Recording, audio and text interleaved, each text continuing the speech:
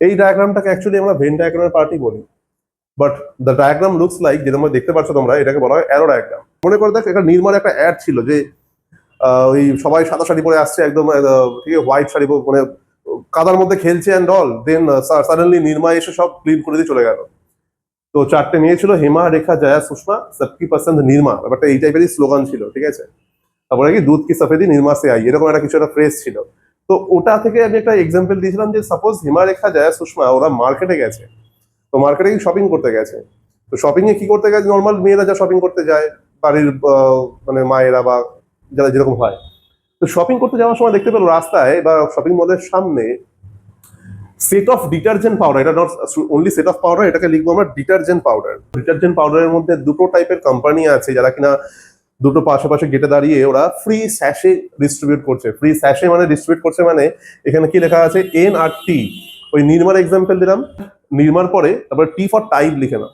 তো নির্মা একটা সার্ফেক্স মানে ওই ডিটারজেন্ট পাউডারের কোম্পানি, আর টি ফর টাইড ওটাও একটা ডিটারজেন্ট পাউডারের কোম্পানি। তো ওরা কি করছে, ফ্রিতে স্যাশে দিচ্ছে। স্যাশে মানে ছোট ছোট প্যাকেট, লাইক একদম ওই হয়তো 50 গ্রাম বা এরকম ছোট প্যাকেট, যেটা কিনা তুমি বাড়ি থেকে ইউজ করো, দেখো যে কিরকম ট্রায়াল দেয় না অনেক সময় ফ্রিতে।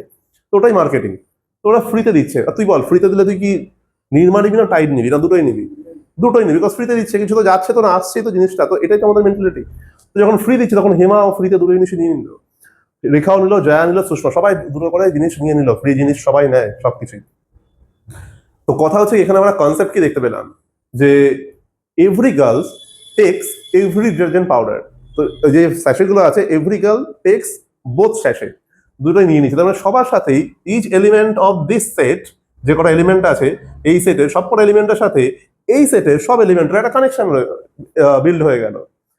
এই যে কথাটা আমি বললাম যে every element of the first set will get connected with the every element of the second set, এটাকেই বলা হয় কার্টেশিয়ান প্রোডাক্ট সেট। মানে প্রথম সেটের সব এলিমেন্টের সাথে সেকেন্ড সেটের সব এলিমেন্টের একটা ওয়ান ওয়ান কানেকশন থাকবে। এটাই হচ্ছে কি তোর কার্টেশিয়ান প্রোডাক্ট সেটের এক্সাম্পল। আর সেটা লিখতে কি করে হয়, এইভাবে লিখতে হয়। আমরা কানেকশনটাকে কিভাবে বিল্ড আপ করবো, এইচ টু এন, দেখ অ্যারো দেওয়া আছে, এইচ এন এ গেছে, অ্যারো দিয়েছে, ঠিক আছে।